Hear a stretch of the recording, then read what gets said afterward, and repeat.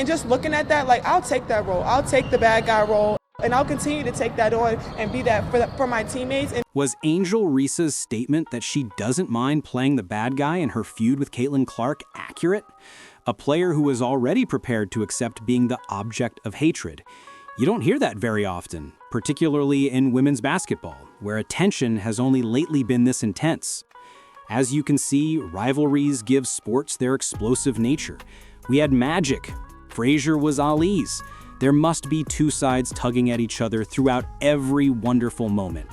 Additionally, Clark and Reese are currently players in women's basketball.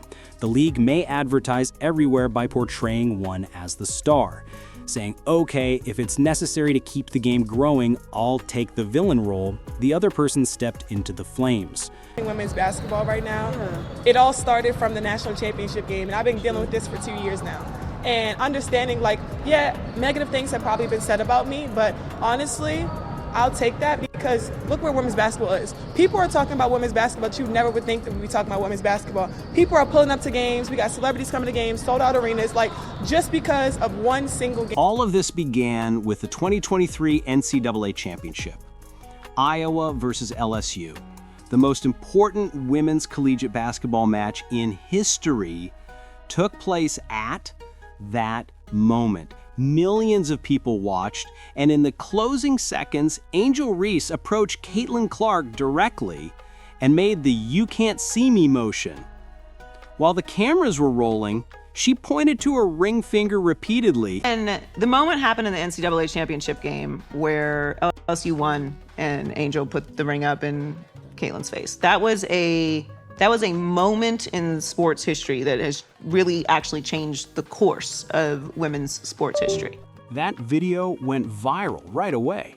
Social media took off. Was it just trash talk, or did it go too far in the direction of disrespect? Crossover. What happened in that moment was the Magic Johnson-Larry Bird moment. This is how it quickly became a national discussion. However, now that I think about it, Clark didn't add fuel to the fire. Rather, she calmed it down. She publicly defended Reese. She claimed that the taunt was only a part of the competition and that she didn't mind it. In the eyes of millions, Clark appeared larger, calmer, and more mature after giving that response. The contrast was established at that point. Reese leaned into the drama rather than avoiding it. Clark remained above it and didn't feed it. And with that, the story began. The serene star versus the brazen villain. The rivalry abruptly took on a new dimension when the 2024 WNBA draft arrived. Clark was selected by the Indiana Fever with the first overall pick. Reese joined the Chicago Sky at number 7. And everyone understood what that meant. These two will cross paths several times over the year, but in more illuminated settings this time. All because fans were curious about what would happen if Clark and Reese took the floor together one more time. However, Caitlin Clark was the focus of attention at that point.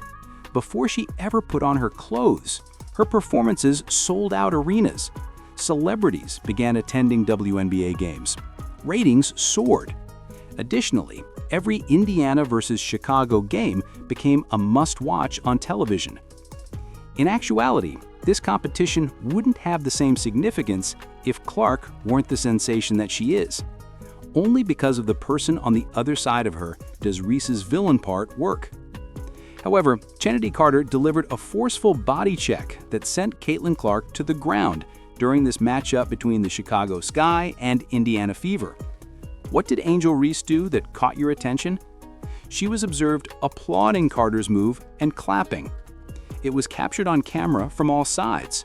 And then, instead of addressing the media afterward, Reese skipped out and got fined for it. But this is what caught our attention. Clark said nothing. She simply continued to perform without retaliating or voicing criticism. On the contrary, Reese appeared to be further embracing the character of the bad guy. Reese didn't back down when she eventually spoke about it. "I'll play the bad guy," she told reporters bluntly. The criticism wasn't something she was avoiding.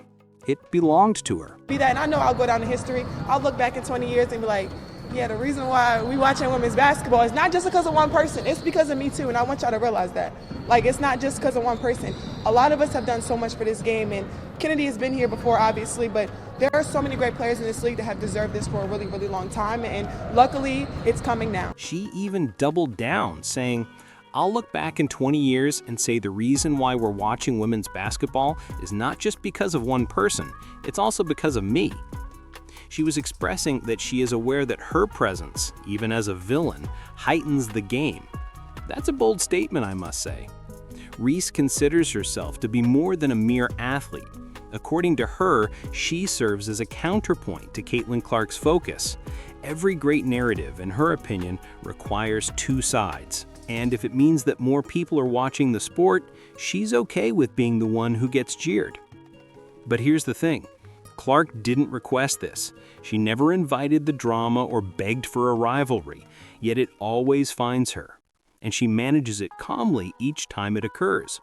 That explains why the contrast is so stark. Furthermore, Reese's adoption of the villain role really damages Clark's reputation. It presents Clark as the epitome of professionalism, the person you can promote anywhere and who maintains composure under pressure. And for that very reason, the rivalry continues to grow. Reese is referring to more than just herself when she says she will tolerate the hostility. She's also indirectly referring to Clark, because there must always be a hero on the opposing side of every villain, and there wouldn't be a narrative to tell without Clark. Did you also notice how much of this competition takes place online? Social media thrives on putting women against one another, as Angel Reese herself has stated. Furthermore, she doesn't mind being the target of jeers. She believes it's worth it if it keeps women's basketball in the news. That is the aspect of this story that is unique, you see. Reese does not take offense to the criticism. She confronts it. She is aware that every highlight, joke, and post that portrays her as the villain nevertheless draws attention to the game. Caitlinclark, meanwhile, adopts the opposite stance. Online, she doesn't clap back. She doesn't focus on the story. She merely plays. And it becomes easier for fans to cast her in the role of the hero without her even asking for it, the more she remains silent. And that creates the dynamic. People naturally start to protect Clark after Reese turns into the person they love to despise. Would Clark not be the perfect counterpoint? Would this rivalry even work? Most likely not. What makes it work is the contrast.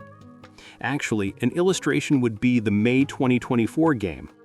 When Clark reached out over Reese's head, Reese fell to the ground.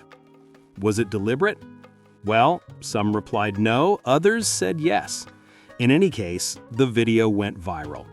And the media portrayed it as a new chapter in the rivalry, not just dismissing it as a basketball play. You know what? Clark didn't even bat an eye. Don't be theatrical, don't respond. As if nothing had happened, she simply returned to the game. That demeanor only served to reinforce her reputation as calm and collected. Conversely, Reese capitalized on that exact opportunity to advance her storyline. She accepted that the fact it enhanced her villain persona, regardless of whether fans liked it or not. And she doesn't mind because, in her opinion, each plot point enhances the game. Now, let's talk about how it's framed by the media. I've also given this comparison to the Magic Johnson, and he has agreed with me. Not that I would move off of it if he didn't, but just for the record, for everyone out there who... Joy Taylor likened Magic versus Bird to Reese versus Clark. It fits, to be honest. The concept goes beyond talent to include how perception, race, and personality influence the story. You see, Reese is frequently portrayed as more of a villain than Clark. She's divisive due to her trash talk, flair, and confidence. It's hated by some and loved by others. For Clark, however, things are different. She is almost automatically chosen to play the clean-cut hero. That's the problem. This hero-villain dynamic is advantageous to Clark. She doesn't present herself in any way. She gets it done by Reese. Clark gets to act as the counterbalance every time Reese declares she will play the bad guy. But here's the thing. Joy Taylor's analogy between Magic and Bird wasn't made at random. know some sports history, you know the NBA was failing. It was a failing product. Don't think about what it is now, $300 million contracts. It wasn't that. It was a failing product. Magic Johnson and Larry Bird came into the NBA. The Magic switchover happens. Magic winds up with the Lakers and Dr. Buss. Larry goes on his way. They have their battles. The Celtics, the Lakers, they save the league, right? It wasn't just because two great players came into the league and then were great. It's because they had a narrative. It's because Magic was perfect for the Lakers and what Dr. Buss was building. And they were able to create this marketable product that people cared about and were attached to. The NBA was having a time in the late 1970s. There were a few people present. No one was paying attention. However, the entire league changed when Larry Bird and Magic Johnson faced off. Basketball fans were no longer only watching the game, they were observing a plot. Every game felt larger than the sport itself because they were witnessing two celebrities represent disparate origins and styles. Anyway, that seems familiar, doesn't it? Angel Reese and Caitlinclark are currently providing women's basketball with a take on that. Their games are about a rivalry that new fans can relate to, not simply about defense and scoring. And Angel Reese have that polarization to them naturally. And that moment with Angel Reese pushed Caitlinclark into this other space where she was a crossover figure outside of sport. At the figures, millions of people are watching, the arenas are completely booked, courtside celebrities are seated, and you can be sure that one of the main causes of that is this rivalry. The case because she is a outspoken, powerful Black woman. Period. Full stop. Come to think, actually, Angel Reese almost intentionally plays into this character. Outspoken, unrepentant, and audacious, she makes no effort to weaken herself. She confronts opponents, she is fashionable, she exudes confidence. She is hence easily characterized as the villain. For that, some people applaud her. For the same reasons, others undermine her. Here's the secret, though. It doesn't bother Reese. She has stated unequivocally that she understands rivalries are what motivates sports. She is aware that people notice her audacity. She isn't escaping it. Thus, the issue arises. When both of them display the same passion, why do we applaud one and jeer at the other? Perception, perhaps. Perhaps it's for comfort.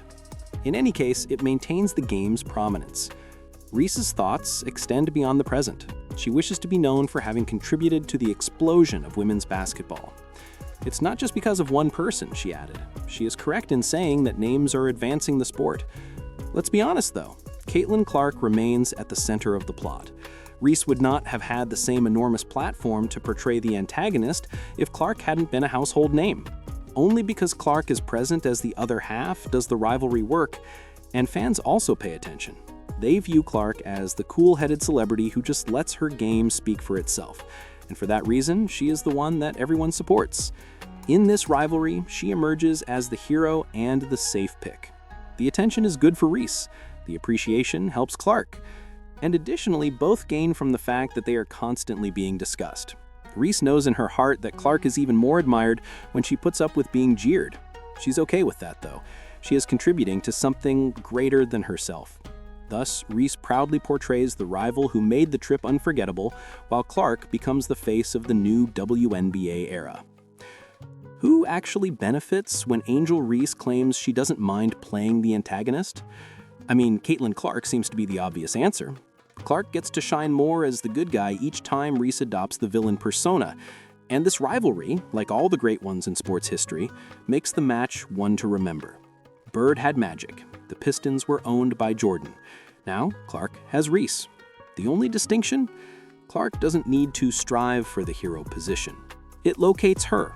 And additionally, she always wins when?